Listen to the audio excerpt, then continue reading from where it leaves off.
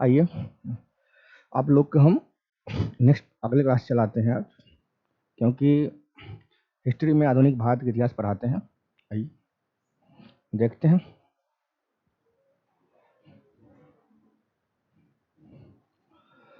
हमने आप लोग को आधुनिक भारत का आधुनिक भारत के इतिहास में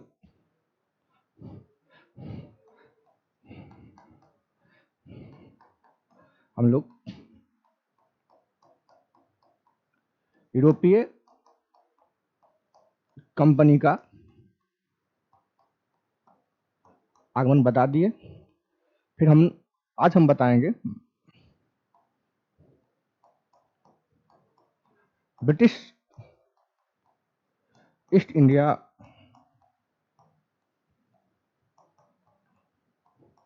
कंपनी और बंगाल के नवाब के साथ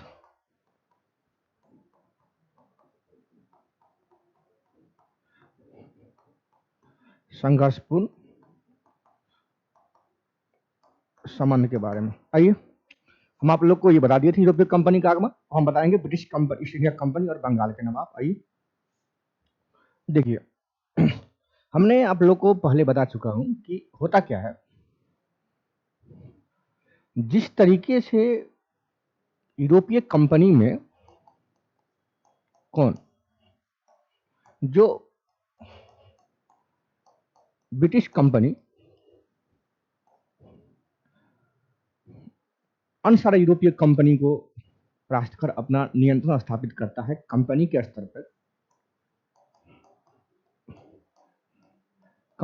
स्तर पर, और उसी के साथ साथ वह भारत में राजनीतिक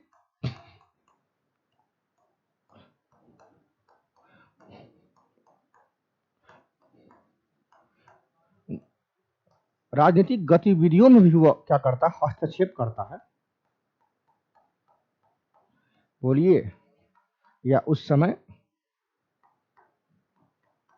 दिलचस्पी लेता है, और उससे आगे आते आते वो क्या करता है, उसी समय वो उसका मनोबल कब बढ़ता है ब्रिटिश कंपनी का, जब 1717 ईस्वी में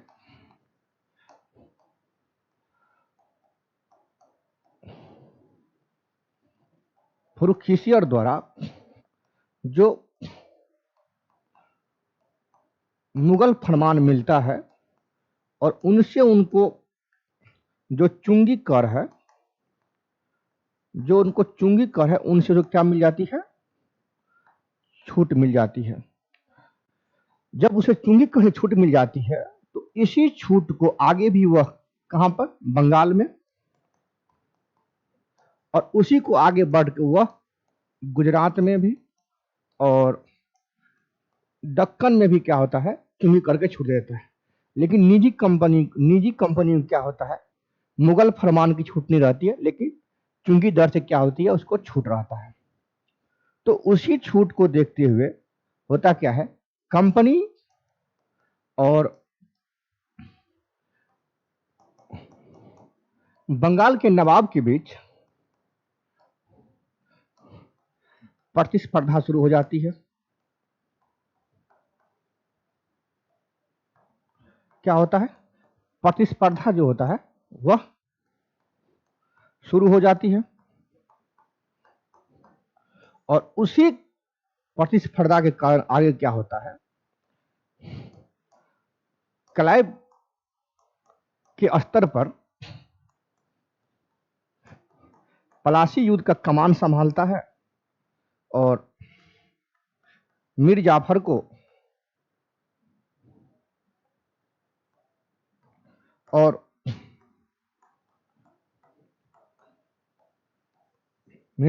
अपने अधीन कर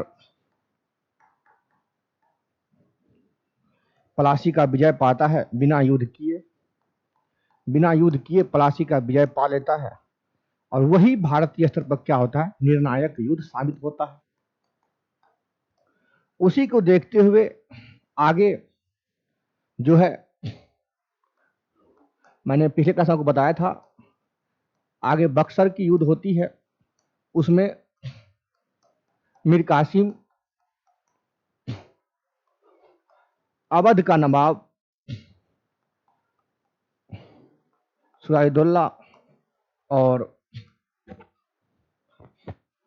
मुगल बादशाह शाह आलम कौन द्वितीय, इन ये तीनों सम्मिलित सेनाओं क्या करता है, अंग्रेज ब्रिटिश कंपनी क्या करता है, ब्रिटिश कंपनी क्या करता है, पराजित करता है। देखिए जिस तरीके से ब्रिटिश कंपनी को बंगाल के स्तर पे जो प्लासी की युद्ध होती है, उस प्लासी युद्ध में मिर्जाफर को अपने अधीन कर क्लाइव के नेतृत्व में वह क्या करता है, उस समय बिना युद्ध किए हुए वह युद्ध को जीत लेता है 1757 में। फिर जब बक्सर की युद्ध होती है तो उसमें एक निर्णायक साबित होता है और उसमें ये तीनों स्तर का जो सेना होता है, मीर कासिम और अवध का नवाब सिराजुद्दौला और शाह आलम द्वितीय, इनके सम्मिलित सेनाओं क्या करता है, उस समय ब्रिटिश कंपनी की जो सेना होती है वो उसको परास्त करता है और भारतीय स्तर पर उनका जो है निरंतर प्रभुत्व स्थापित हो जाता है। जब यही बंगाल से उनका क्या होता है, यही बक्सर के युद्ध से ही इनका भारतीय स्तर पर नियंत्रण स्थापित हो जाता है। ये हम पिछले क्लास में आपको इसके बारे में पूरा बता चुके हैं। अब आगे आइए आज की क्लास से। तो आज हुआ क्या, होता क्या है, 1765 ईस्वी में होता क्या है कि 1765 ईस्वी में अंग्रेजों द्वारा जो सिलहट की दीवानी प्रदान की गई, 1765 ईस्वी में अंग्रेजों द्वारा सिलहट की क्या दीवानी प्रदान की गई। इतना ही नहीं, जब सिलहट दीवानी प्रदान की गई तो बर्मा युद्ध के बाद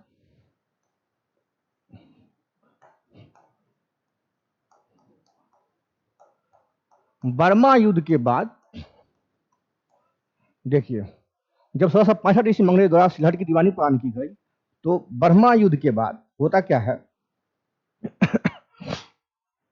जो सिलहट की जनजातियां, जो सिलहट की जनजाति जो है, जनजातियां और गारो पहाड़ी के क्षेत्रों के बीच क्या होता है, सड़क का निर्माण किया जाता है। किसका निर्माण, सड़क का निर्माण किया जाता है।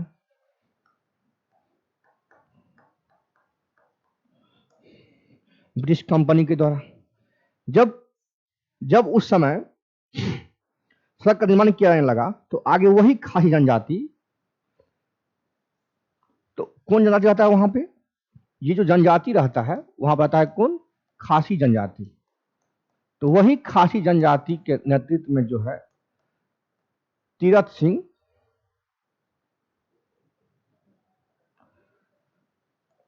जो उसका नेतृत्व करता है, कौन, तीरथ सिंह, उसके समय क्या करता है, विद्रोह कर देता है। देखिए, ये देखिए पहले आप, होता क्या है कि जब 1765 ईस्वी में अंग्रेजों द्वारा सिलहट की दीवानी प्रदान की गई और बर्मा युद्ध के बाद स्कॉट द्वारा सिलहट की जनजातियां तथा गारो पहाड़ी क्षेत्रों से जोड़ने के लिए सड़कों का निर्माण किया जाने लगा और आगे वही खासी जनजाति जो यहाँ पर रहते थे, उन्होंने तीरथ सिंह के नेतृत्व में, ये तीरथ सिंह के नेतृत्व में क्या किया, उन्होंने ब्रिटिश कंपनी के विरुद्ध क्या किया, उन्होंने विद्रोह कर दिया। अब होता क्या है, क्योंकि जो खासी जनजाति थे ना, आपको पूछेगा कि सबसे पहले ब्रिटिश कंपनी किस जनजाति के संपर्क में आया, तो ये आया किसके खासी जनजाति के संपर्क में। होता क्या है, ये जो खासी जनजाति होता है, ये जो खासी जनजाति होता है, उनके तहत ये क्या करता है, चावल, नमक, सूखी मछली, क्या, चावल, नमक, सूखी मछली और चावल, नमक, सूखी मछली के बदले रेशम, सूती सामान, उनके बदले वह क्या करता है, रेशम सामान, क्या, सूती कपड़े, लोहा, मलमल, ये आदि चीज, मधु, इसके साथ साथ वो क्या, मधु और सिंह का व्यापार, किसका, सिंह का व्यापार, ये सभी का सभी क्या करता है, ये करने हेतु वह क्या करता है, सिलहट की सीमा पर,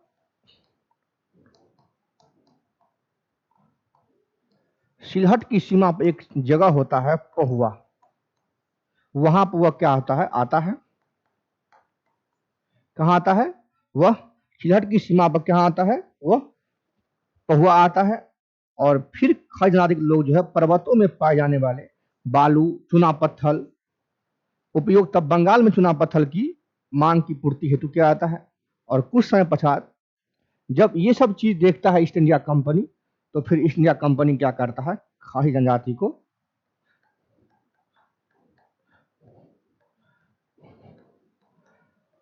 जनजाति के बीच सड़कों का निर्माण करता है और उन पर भी टैक्स लगाता है। तो उन्हीं को देखते हुए तीरथ सिंह के नेतृत्व में क्या करता है, ये ब्रिटिश कंपनी के विरुद्ध क्या करता है, विद्रोह कर देता है। तो आपको पूछेगा कि सबसे पहले ब्रिटिश कंपनी किस जनजाति के संपर्क में आया, तो वो खासी के संपर्क में।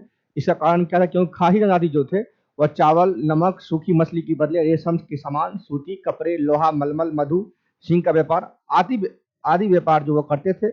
आगे वह जो है, जो पहाड़ी क्षेत्र था, उस पहाड़ी क्षेत्र वह जो है बालू, इन सब का भी व्यापार कर रहा था। उन्हीं को देखते हुए ब्रिटिश कंपनी ने क्या किया, उनके क्षेत्रों में सिलहट तक क्या किया, उन्होंने सड़कों का निर्माण करना चाहा। और उन्हीं सड़कों निर्माण करने के लिए जनजाति को ये लगा कि हमारे जो सांस्कृतिक कल्चर है उनमें हस्तक्षेप कर रहा है कंपनी। उन्हीं को देखते उन्होंने क्या किया, तीरथ सिंह के नेतृत्व में क्या किया, उन्होंने विद्रोह कर दिया। ये रहा किसका, खासी जनजाति के बारे में, जो सिलहट, जो 1765 ईस्वी में जिस तरीके से सिलहट पर जो दीवानी प्रदान की थी उनके बारे में।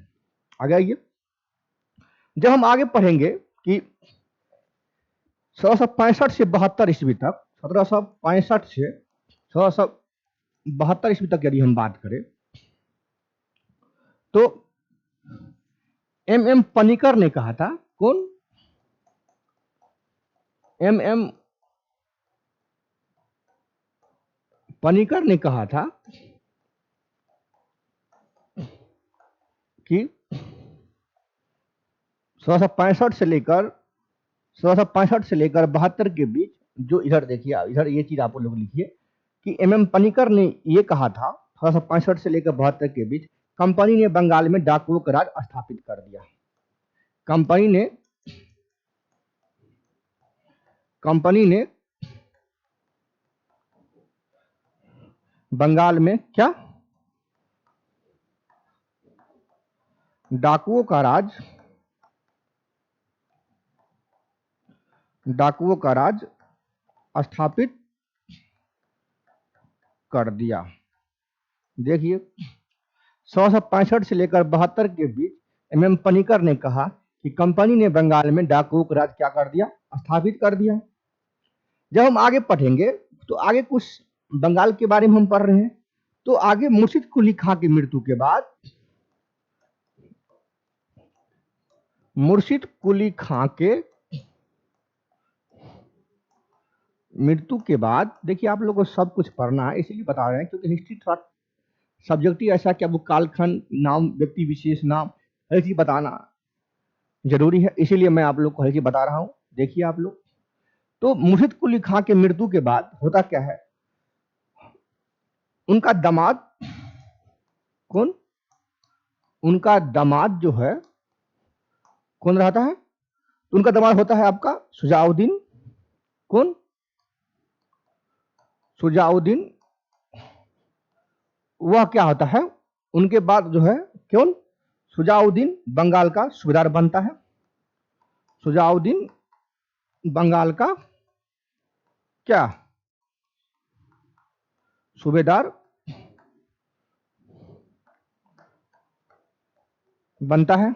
देखिए मुर्शिद कुली खां के, देखिए इधर, मुर्शिद कुली खां के मृत्यु के बाद उनका दामाद शुजाउद्दीन बंगाल का क्या बनता है, सूबेदार बनता है। देखिए उस समय तत्कालीन मुगल सम्राट जो होता है, जब ये सूबेदार बनता है शुजाउद्दीन, तो उस समय जो तत्कालीन जो जो मुगल सम्राट होता है वह कौन होता है, मुगल सम्राट मोहम्मद शाह, मोहम्मद शाह, मोहम्मद शाह रंगीला रहता है। इतना ही नहीं,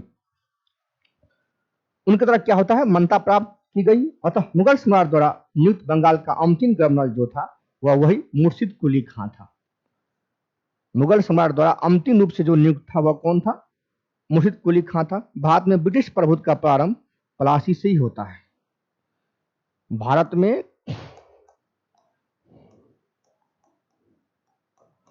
पीछे बता चुके हैं आपको, ब्रिटिश प्रभुत्व का स्थायित्व जो होता है किससे, प्लासी के बाद से, प्लासी युद्ध के बाद से ही होता है। देखिए ये रहा आपका मुर्शिद कुली खां की मृत्यु के बाद उसका दामाद शुजाउद्दीन बंगाल का सूबेदार बना, जो उस समय में तत्कालीन जो मुगल सम्राट थे वो कौन थे, मोहम्मद शाह रंगीला के समय। तो ये आप लोग ये चीज देख लिए। जब हम आगे आएंगे कुछ, यदि हम देखिए कुछ प्लासी के बारे में बताते हैं, क्योंकि हम तो पिछले क्लास में बता चुके हैं। देखिए प्लासी की जो युद्ध हुआ था वह हुआ था कब, 23 जून 1757 को। देखिए उसमें प्लासी में क्या था, उस समय जो ब्रिटिश कंपनी का जो सेनानायक था, कौन, सेनानायक जो था वह कौन था, वह था आपका रॉबर्ट क्लाइव। जब हम आगे देखेंगे और बंगाल के नवाब कौन थे, सिराजुद्दौला, बंगाल के नवाब उस समय में कौन थे, तो वह थे आपका कौन, सिराजुद्दौला। जब हम आगे पढ़ेंगे तो उनकी सेना में क्या, रॉबर्ट क्लाइव ने क्या क्या सिराजुद्दौला को सेना में क्या क्या उन्होंने परास्त किया। उस समय नवाब की क्या हुई, उस समय नवाब की क्या हुई, हार होती है, जो पिछले बता चुके हैं। लेकिन नाम खंड आपको बताने के लिए हम आए हैं वहां पे। तो उस समय में जो राजविद्रोही था, जो राजविद्रोही था, यानी कि जो नवाब के साथ, जो नवाब के साथ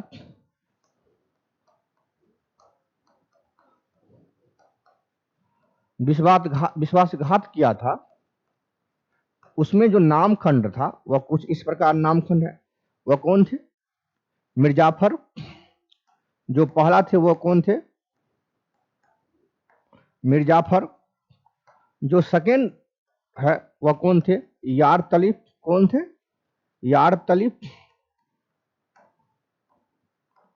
कौन थे? यार तलिब। और जो तीसरा राज विद्रोही थे जिन्होंने विश्वासघात किया था वह कौन थे? राय दुर्लभ। कौन थे? राय दुर्लभ। ये जो तीन थे जो प्लासी के युद्ध हुआ जिसमें सिराजुद्दौला के साथ जो विश्वासघात किया था, उसमें जो तीन थे वो एक थे मिर्जाफर जिन्होंने विश्वासघात किया, एक थे यार तलिब और एक कौन थे? राय दुर्लभ। ये तीनों ने क्या किया? नवाब के साथ इस समय विश्वासघात किया था। जो नवाब का विश्वासी था, जो नवाब का विश्वासी था नवाब का, उनका नामखंड कुछ इस प्रकार है। कौन था? मीर मदन और मोहनलाल। कौन? मीर मदन और दूसरा कौन? और मोहनलाल। तो ये आपको कुछ प्लासी के बारे में कुछ छूट गया था, क्योंकि हो सकता है कि कोई कोई कंपटीशन में आपको प्रीलिम्स के स्तर पर ये पूछ देता है कि राज विद्रोही नवाब के साथ जो विश्वासघात किया था सिराजुद्दौला के साथ, वो आपका मिर्जाफर, यार तलिफ और राय दुर्लभ। जो विश्वासी था, इन्होंने मरने के लिए तैयार था सिराजुद्दौला के तरफ से, हुआ था मीर मदन और मोहनलाल। जब हम आगे पढ़ेंगे तो आगे होता क्या है आपको बता चुके होंगे हम। शाह आलम द्वितीय के दो उत्तराधिकारी थे। शाह आलम द्वितीय के दो उत्तराधिकारी थे। एक थे अकबर द्वितीय, जिनका कालखंड भी हमने कल बताया, 1806 से 37। 1806 से 37। जो दूसरा थे वो थे बहादुर शाह। दूसरा कौन थे? बहादुर शाह द्वितीय। उनका जो कालखंड था वह क्या था? 37 से 57। 1837 से 57। ये दोनों जो थे, शाह आलम द्वितीय के जो उत्तराधिकारी थे अकबर द्वितीय, जिनकी कालखंड 1837, और बहादुर शाह द्वितीय जिसकी कालखंड 1837 से 57, वह दोनों जो थे आगे क्या कहता है? ईस्ट इंडिया कंपनी का पेंशन भोगी मात्र बनकर रह जाता है। ये आगे ईस्ट इंडिया कंपनी का पेंशन भोगी मात्र बनकर रह जाता है। देखिए, शाह द्वितीय के उत्तराधिकारी में अकबर द्वितीय 1837 का कालखंड, बहादुर शाह द्वितीय कालखंड 37 से 57। वह दोनों जो है इसलिए कंपनी के नेतृत्व में वह उसका मात्र पेंशन भोगी मात्र बन रहा जाता है। जब हम आगे पढ़ेंगे, प्लासी के युद्ध ने अंग्रेजों को तत्कालीन सैनिक एवं जो है क्या वाणिज्यिक लाभ प्रदान किए। प्लासी के युद्ध जो है उन्होंने तत्कालीन सैनिक और क्या हुआ? वाणिज्यिक लाभ प्रदान किए। क्यों? क्योंकि जिस तरीके से बंगाल को स्तर को उन्होंने जीता और बंगाल से उन्होंने वही प्लासी के युद्ध के लेकर उनको ये लग गया ब्रिटिश कंपनी को कि कोई ऐसी शक्तिशाली नहीं है जो ब्रिटिश को पराजित कर सके। तो इसी का मनोबल ने उनको इतना बढ़ा दिया कि बक्सर के युद्ध में उन्होंने क्या किया? उन्होंने परास्त कर बंगाल को अपने अधीनस्थ कर लिया, और उसी बंगाल के स्तर पर उनको क्या हुआ? सैनिक एवं वाणिज्यिक लाभ भी प्रदान हुए, क्योंकि बंगाल से जो धन की लूट किया उन्होंने, उससे उन्होंने अपने सैनिक को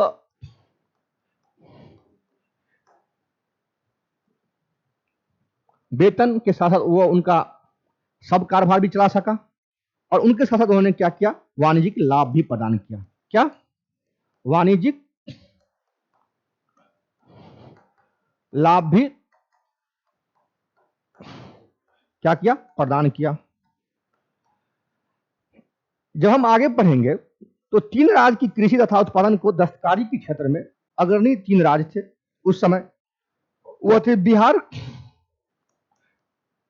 और बंगाल और उड़ीसा। आपको पिछले क्लास में बता ही दी है उनके बारे में, ये अग्रणी थे। जब हम आगे पढ़ेंगे, देखिए मैंने उनकी कालखंड में बता रहा हूं, कुछ कुछ ऐसी चीज है हिस्ट्री में जो कालखंड बनाना जरूरी है, और साथ ही साथ आपको कुछ नाम व्यक्ति विशेष का भी बताना जरूरी है, इसीलिए आप लोग थोड़ा ध्यान से देखिए। तो होता क्या है कि सर्वाधिक निर्णायक युद्ध जो होता है वह बक्सर का युद्ध 1600 को कहा जाता है। 1764 को सर्वाधिक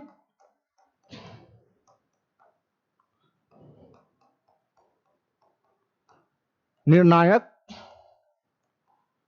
युद्ध भी कहा जाता है, क्योंकि उन्होंने ही पृष्ठभूमि तैयार कर देता है भारतीय स्तर पर, और वहीं पर जो जीत के इलाहाबाद संधि के तहत मुगल सम्राट शाह आलम द्वितीय दीवानी प्रदान करता है और दीवानी बंगाल का दीवानी प्रदान करता है। जब हम आगे पढ़ेंगे तो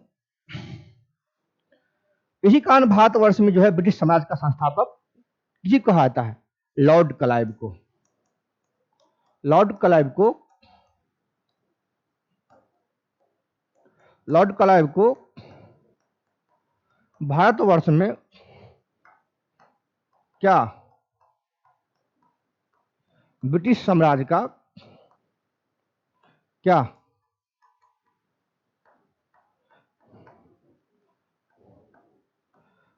संस्थापक भी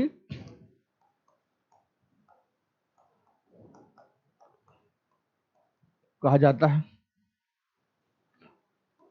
उसी कारण से, क्योंकि उन्हीं के समय में क्या होता है, उन्होंने प्लासी को जीतता है, और जब बक्सर के समय में वह गवर्नर जनरल बन के आता है तो उन्होंने ही इलाहाबाद संधि करवाता है किससे, शाह आलम द्वितीय मुगल सम्राट से। आगे हम जब आएंगे, ये आप लोग लिख लीजिए,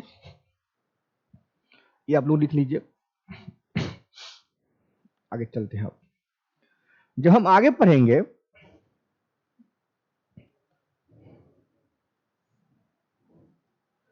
ईस्ट इंडिया कंपनी की दीवानी भी वही शासक शाह आलम द्वितीय ने ही दी। ईस्ट इंडिया कंपनी को जो दीवानी जो देती है वह मुगल सम्राट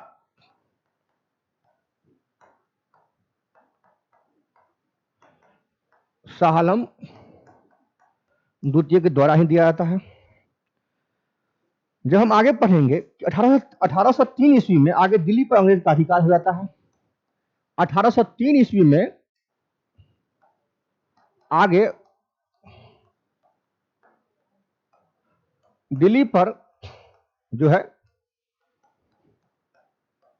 ब्रिटिश का अधिकार हो जाता है। ब्रिटिश का अधिकार हो जाता है। देखिए 1803 ईस्वी में आगे दिल्ली पर ब्रिटिश का अधिकार भी हो जाता है। आगे शाह आलम द्वितीय तथा उनके दो उत्तराधिकारी बता ही दी हम उनके बारे में। जब 1803 ईस्वी में दिल्ली पर क्या उनका ब्रिटिश कंपनी का अधिकार हो जाता है, तो आगे क्या होता है देखिए, लिख लीजिए पहले आप इनको। 1803 ईस्वी में आगे दिल्ली पर ही ब्रिटिश का क्या होता है, अधिकार हो जाता है। जब हम आगे पढ़ेंगे तो होता क्या है कि शाह आलम द्वितीय ने ईस्ट इंडिया कंपनी को बंगाल, बिहार एवं उड़ीसा की दीवानी प्रदान की। कब? 12 अगस्त 1765 को बंगाल, बिहार और उड़ीसा की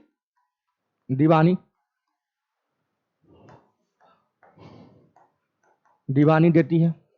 शाह आलम द्वितीय के समय, किसके समय? शाह आलम द्वितीय के समय। जो कुछ पॉइंट था मैं उसको बताना सही समझा, बता दिए। 1765 में दीवानी प्रदान करने के बाद 1765 में दीवानी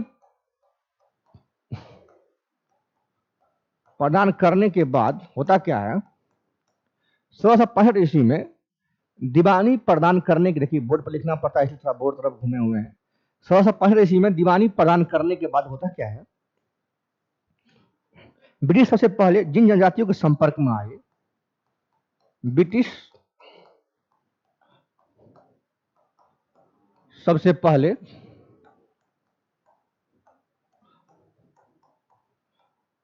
जिन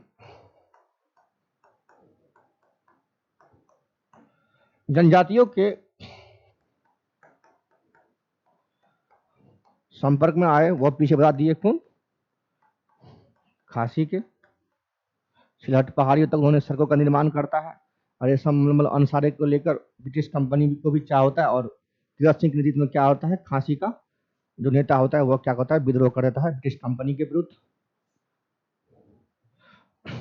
जब हम आगे पढ़ेंगे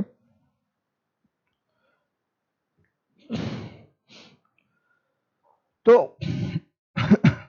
उसी समय राजा टिकैत राय नवाब असफुद्दौला के, उसी समय क्या होता है,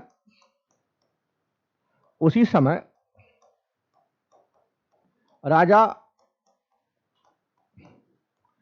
टिकैत राय होता है, उसी समय में क्या होता है, जो राजा टिकैत राय होता है वह क्या करता है कि नवाब असफुद्दौला के नवाब किसका, असफुद्दौला क्या होता है, वो अर्थ मंत्री होता है। क्या होता है, अर्थ मंत्री होता है। नवाब असफुद्दौला क्या होता है, ये उसी समय राजा टिकैत जो होता है वह क्या होता है, नवाब असफुद्दौला क्या होता है, ये अर्थ मंत्री होता है। नवाब असफुद्दौला क्या होता है, ये अर्थ मंत्री होता है। कौन, राजा टिकैत। जब हम आगे पढ़ेंगे, देखिए, तो क्योंकि उस समय अवध का नवाब के राय में, क्योंकि उस समय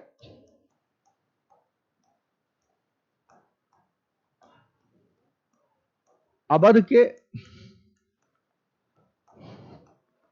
नवाब के राय में, क्योंकि उस समय अवध के नवाब के राय में जो था वह क्या था, हिंदू अधिकारियों को भी उच्च पदों पर नियुक्त की गई थी।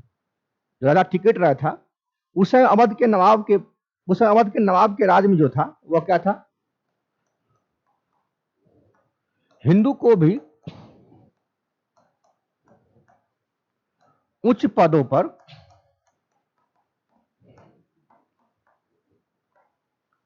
नियुक्त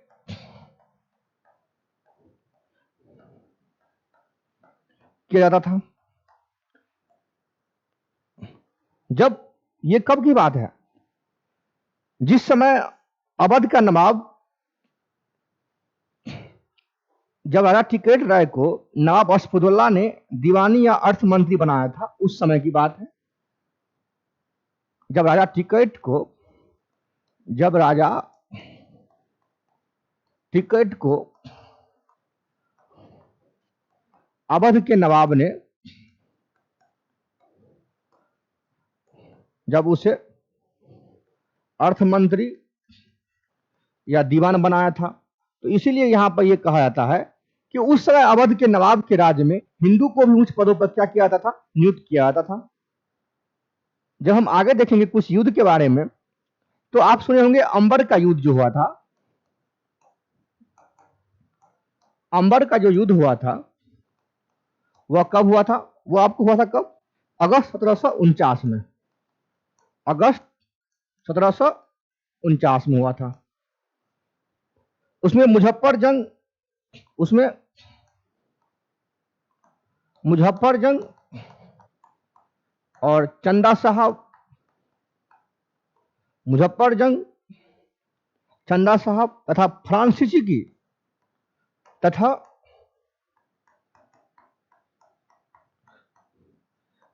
फ्रांसीसी की संयुक्त सेनाओं ने, फ्रांसीसी की संयुक्त सेनाओं ने वेल्लूर के समीप अंबर नामक, वेल्लूर के समीप क्या, वेल्लूर के समीप अंबर नामक स्थान पर, स्थान पर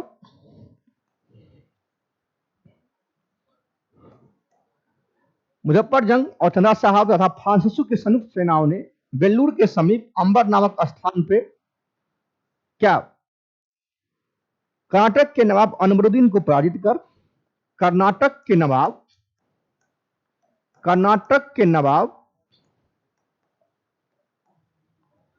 अनवरुद्दीन को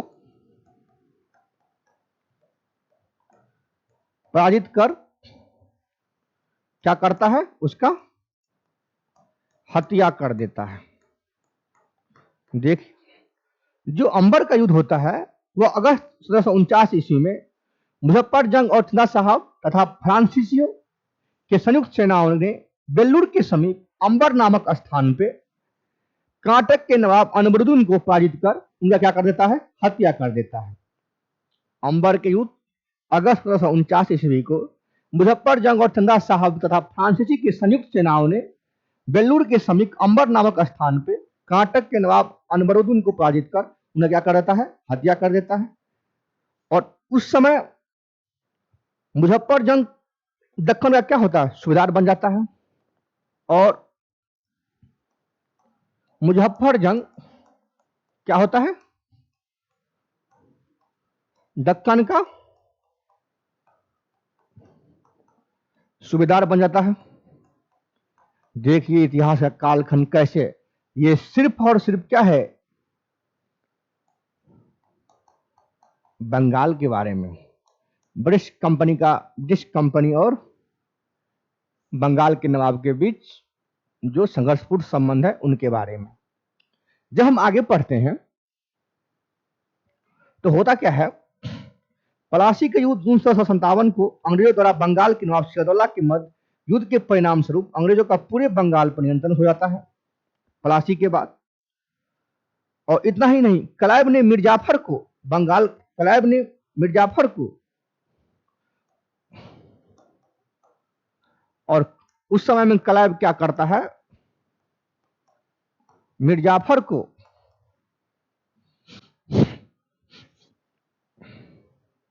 बंगाल का नवाब बनाता है।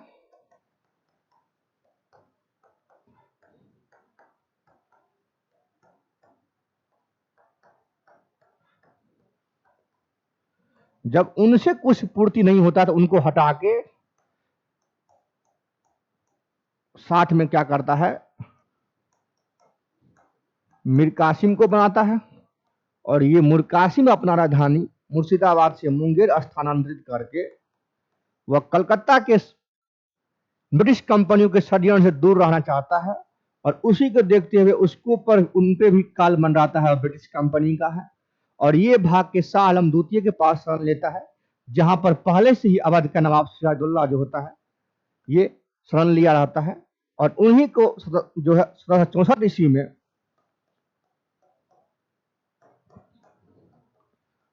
बक्सर के युद्ध के समय इन तीनों संयुक्त सेनाओं को क्या कहता है, पराजित करता है उस समय। तो वही कुछ बच गया था उनके बारे में बता दिया आपको। जब हम आगे पढ़ेंगे तो नवाब बनने के बाद मीर जाफर ने अंग्रेजों को उनकी सेवाओं के लिए 24 परगनों की जमींदारी से पुरस्कृत किया। और क्लाइव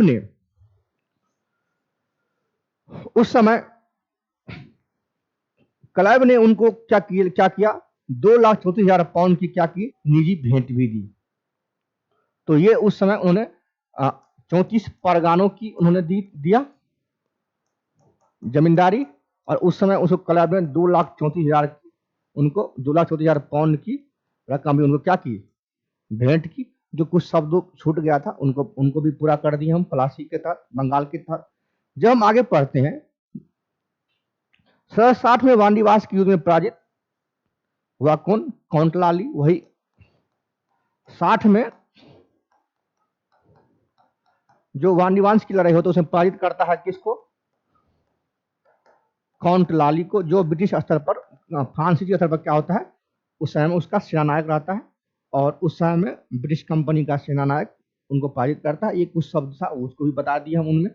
आइए आगे, जब हम आगे पढ़ते हैं तो कुछ आप लोग को बता देते हैं हम कि देखिए पहला जो युद्ध था वह था, जो पहला युद्ध था वह था कौन, बक्सर का युद्ध।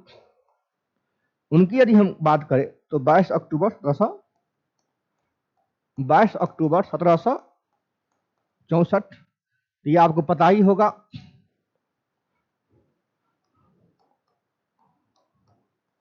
नवाब भारतीय स्तर पर नवाब भारतीय स्तर पर और ब्रिटिश कंपनी का साथ, ये पीछे बता ही चुके हैं आपको हम, इसलिए नाम का यहाँ बताना जरूरी नहीं है। जब हम आगे पढ़ेंगे सेकंड स्तर पर, जो इस कालखंड में जो युद्ध के बारे में बताया गया था वह वांडी वंश का, ये तो आपको पता ही होगा।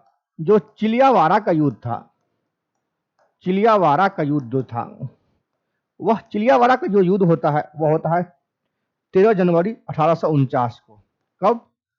13 जनवरी 1849 को होता है। उस समय जो होता है लॉर्ड गफ और ब्रिटिश, उस समय में जो ब्रिटिश सेनानायक होता है, वह ब्रिटिश का सेनानायक जो होता है वह होता है कौन? लॉर्ड गफ। और जो भारतीय स्तर पर जो होता है, उस समय में जो भारतीय स्तर पर होता है वह होता है कौन? शेर सिंह। क्या होता है? शेर सिंह। आप लोग सुने होंगे बार बार कि जो चिलियावारा का युद्ध है वह 13 जनवरी 1849 ईस्वी को होता है। उसमें ब्रिटिश कंपनी का जो सेनानायक होता है उस समय लॉर्ड गफ होता है, और भारतीय स्तर पर जो सेनानायक होता है वो होता है शेर सिंह। उन दोनों के बीच होता युद्ध होता है, जिसमें जो है भारतीय स्तर का जो होता है हार होती है और ब्रिटिश क्या होती है, वहां पर जीत होती है। जब हम खुर्दा का युद्ध पढ़ेंगे, खुर्दा का युद्ध, जब हम खुर्दा का युद्ध पढ़ेंगे, किसका युद्ध? खुर्दा का युद्ध। तो ये खुर्दा का युद्ध जो होता है वह कब होता है? 1795 ईस्वी में होता है। इस युद्ध में क्या होता है? निजाम के विरुद्ध मराठा द्वारा लड़ा गया, जिसमें निजाम की हार हुई। निजाम के विरुद्ध कब होता? 1795 में। निजाम के विरुद्ध मराठों द्वारा लड़ा गया। निजाम के विरुद्ध मराठों द्वारा लड़ा गया। निजाम के विरुद्ध मराठों द्वारा लड़ा गया, जिसमें निजाम की क्या हुई? हार हुई। जिसमें क्या होती है? निजाम की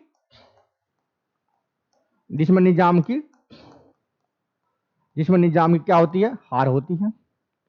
जब हम आगे पढ़ेंगे, देखिए मैंने पढ़ाया बक्सर का युद्ध 1767 ईस्वी को, चिलियावाड़ा का युद्ध 13 जनवरी 1849 ईस्वी को। उस समय ब्रिटिश कंपनी के तहत जो होता है सेनानायक होता है लॉर्ड गफ, और भारतीय सेना जो होता है शेर सिंह। उसमें भी क्या ब्रिटिश का क्या होता है? विजय होती है। खुर्दा का युद्ध जो होता है 1795 ईस्वी को निजाम के विरुद्ध मराठा द्वारा लड़ा गया, जिसमें निजाम की हार होती है। अब हम आगे पढ़ेंगे कि भारत में अंग्रेजी सर्वाधिक विरोध किया। ये जो मराठा था, ये मराठा जो है भारत में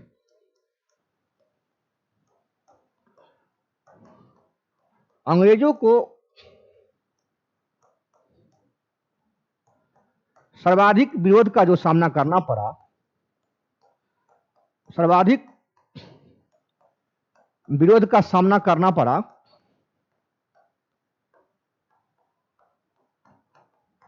वह एक ही था। वह कौन था? मराठा।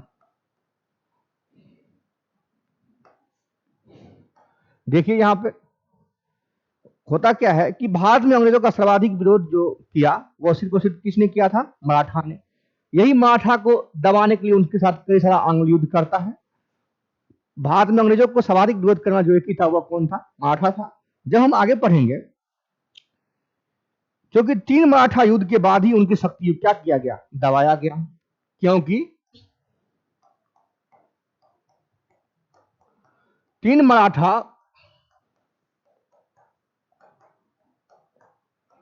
आंग्ल युद्ध के बाद ही उसके शक्ति को क्या किया गया? दबाया गया। इसीलिए कहा जाता है कि भारत पर सबसे ज्यादा जो विरोध का सामना करना पड़ा ब्रिटिश कंपनी को, वह किसे करना पड़ा? तो वह है आपका मराठा का। देखिए ये भी आपको एक चीज बता दी है। आगे आइए, ये बताएंगे आगे मराठा कंपनी में क्या क्या कैसे हुआ। प्रथम आंग्ल मराठा युद्ध जो हुआ था उसमें ब्रिटिश की हार हुई थी। जो प्रथम आंग्ल मराठा युद्ध हुआ था, इसमें ब्रिटिश की क्या हुई थी? ब्रिटिश की हार हुई थी। प्रथम अंग मराठा युद्ध में क्या हुआ था? ब्रिटिश की क्या हुई थी? हार हुई थी। सालबाई की संधि उस समय में हुआ था।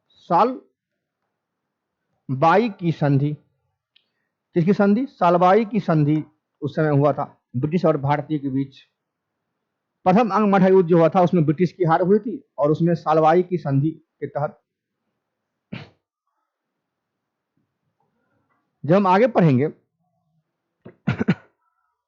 तो क्योंकि जो मुगल के समय जो मराठा थे वह जो अपना अस्तित्व बनाया था, अपना अस्तित्व बनाया था, वह किस चीज पर? खंडहरों पर ही बनाया था।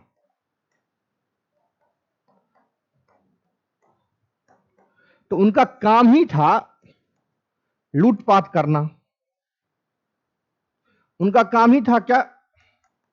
लूटपाट करना। क्योंकि उनकी जो भौगोलिक अवस्थिति थी, जब आप ज्योग्राफी में पढ़ेंगे उनके बारे में, उनकी जो भौगोलिक अवस्थिति थी ऐसी थी कि उबड़ खाबड़ जमीन था, वहां पर कृषि उपज इतनी अच्छी नहीं थी, जिस कारण से उनका जो काम था सिर्फ और सिर्फ लूट मार ही था। इसलिए कहा जाता है कि मुगल के समय मराठा का अपना अस्तित्व इस तरीके से था कि वह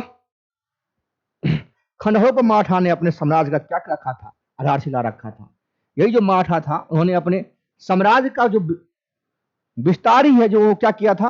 खंडहरों पर रखा था। खंडहरों पर रखा था। तो इसीलिए उनकी ताकत इतनी ज्यादा बढ़ जाती है कि वो सब जगह जो भारतीय स्तर पर किसी ने ब्रिटिश कंपनी का विरोध किया तो वह कौन किया? मराठा ही किया। और मराठा को जो है 3 अंग मराठा युद्ध के बाद क्या किया जाता है? उसकी शक्ति को ब्रिटिश कंपनी क्या करता है? दबाता है। 3 अंग मराठा युद्ध होने के बाद उनकी शक्ति क्या करता है? छीन होती है। जब हम आगे पढ़ेंगे 1802 ईस्वी में वही बेलेजली रहता है। जब हम आगे पढ़ेंगे 1802 ईस्वी में जो वेलेस्ली होता है, उन्होंने अपने सहायक संधि के तहत, उसने अपने सहायक संधि के तहत, जो वेलेस्ली होता है वो अपने सहायक संधि के तहत या सहायक संधि के जाल में क्या करता है? पेशवा को बांध लेता है। क्या करता है? वही पेशवा को क्या करता है? वह बांध लेता है। देखिए इतिहास कालखंड कहे चलता है। जब 1802 ईस्वी में वेलेस्ली ने अपने सहायक संधि के जाल में जब पेशवा को बांध लेता है तो हेस्टिंग्स आगे उसकी शक्ति को क्या कर देता है? जब वेलेस्ली अपने सहायक संधि के जाल में पेशवा को बांध लेता है तो आगे वही वारेन हेस्टिंग्स क्या करता है? उनकी शक्ति को क्या करता है? छीन कर देता है। वही वारेन हेस्टिंग्स, जब आप पढ़ेंगे बाद में ब्रिटिश गवर्नर वायसराय, और जब अगला टॉपिक पढ़ाएंगे आप लोग को गवर्नर जनरल और वायसराय के बारे में, तो पूरी जितना भी गवर्नर जनरल भारतीय बना है स्टार्टिंग से लेकर लास्ट तक, लॉर्ड माउंटबेटन तक, पूरा का पूरा बताऊंगा कि उनका कार्यशैली क्या रहा, उन्होंने किस कैसी व्यवस्था भारतीय स्तर पर किया था। तो जो वारेन, जब 1802 ईस्वी में वेलेस्ली ने अपने सहायक संधि के जाल में पेशवा को बांध लेता है तो उनके शक्ति को जो है वारेन हेस्टिंग्स क्या करता है? आगे की समय में क्या करता है? खत्म कर देता है। क्या करता है? खत्म कर देता है। देखिए इतिहास की कालखंड कहीं चलता है। जब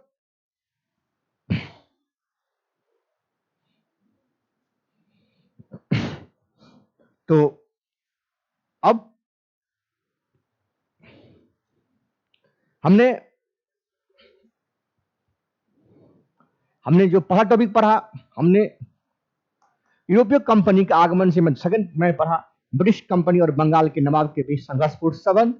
और हम जो तीसरा टॉपिक पढ़ने जा रहे हैं, हमने जो बंगाल के स्तर पर जो कार्य था, जब ब्रिटिश कंपनी एक कंपनी से उभरकर वाणिज्यिक लाभ प्रदान करने के साथ साथ जब भारतीय स्तर पर राजनीतिक मामलों में हस्तक्षेप करना शुरू कर देता है, और हस्तक्षेप करने के साथ साथ स्टार्टिंग वो बंगाल को लूट करता है, जब प्लासी की युद्ध होती है, उसके बाद बक्सर की युद्ध होता है और एक निर्णायक भूमिका अपना भारतीय स्तर पर अपना कायम करता है और बंगाल पर नियंत्रण स्थापित कर वहां से लूट कर भारतीय स्तर पर अपना जो है स्थिति को मजबूत करता है, सैनिक स्तर पर हो, चाहे वाणिज्यिक स्तर पर हो, चाहे आर्थिक स्थिति पर हो।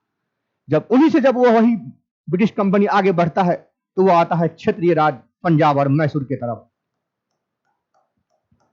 क्षेत्रीय राज देखिए, आप जब टॉपिक पढ़ेंगे हिस्ट्री का, आधुनिक भारत का इतिहास, तो आपको कई जगह पढ़ाया जाएगा कुछ से कुछ। देखिए, जब आप टॉपिक पढ़ेंगे आधुनिक भारत का इतिहास का, तो एक किस तरीके से स्टार्टिंग में मैंने भारत में यूरोपीय कंपनी को लाया। किसको लाया? यूरोपीय कंपनी को लाया भारत में। सबसे शक्तिशाली हर एक यूरोपीय कंपनी में मैंने ब्रिटिश कंपनी को देखा, और वही ब्रिटिश कंपनी वाणिज्यिक लाभ को प्राप्त करते करते जिस तरीके से वह भारतीय स्तर पर राजनीतिक मामलों में हस्तक्षेप करना शुरू करता है, तो मैं आया किस पर? British east India company. British east India company और क्या बंगाल के नवाब के बीच। और वही जब बंगाल को जब पराजित करता है, तो वही बंगाल से जब आगे बढ़ता है तो कहा जाता है क्षेत्रीय राज पंजाब और मैसूर। जब वहां तीसरा टॉपिक होगा वह होगा क्या? क्षेत्रीय राज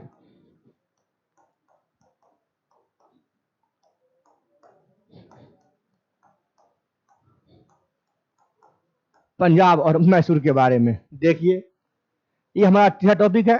तो मैं सबसे पहले पंजाब का पृष्ठभूमि तैयार करूंगा। सबसे पहले मैं पंजाब का पृष्ठभूमि तैयारी करूंगा। वहां पर देखिए कैसे होता है। पंजाब के स्तर पर जो आप देखे होंगे, रणजीत सिंह का नाम सुने होंगे। यहां पर दो टॉपिक है, पंजाब और मैसूर पे। आप पंजाब के स्तर पर जो है रणजीत सिंह का नाम सुने होंगे। तो रणजीत सिंह का जन्म जो है 13 नवंबर 1780 को हुआ था। उसका जन्म जो है 13 नवंबर 1780 को हुआ था। और कहा जाता है कि यह सुकरसकिया मिसल के मुखिया थे। कहा जाता है कि सुकरसकिया मिसल के मुखिया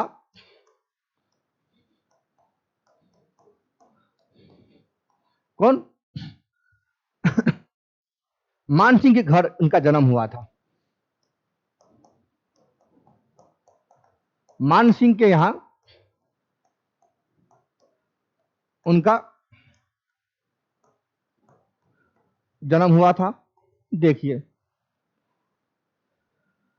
तो हम पंजाब के स्तर पे यहीं तक बताएंगे। हम अगले क्लास में पढ़ाएंगे आपको पंजाब के बाद कुछ पंजाब की कार्य पूरी खत्म करूंगा।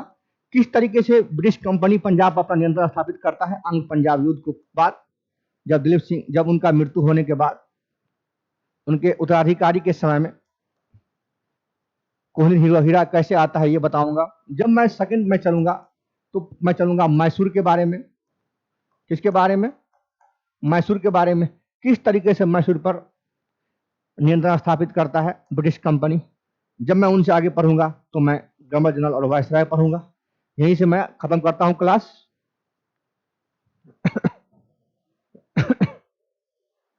क्योंकि हमारी टाइम हो चुकी है। अब यहीं से अपना क्लास खत्म करते हैं। जय हिंद, जय भारत।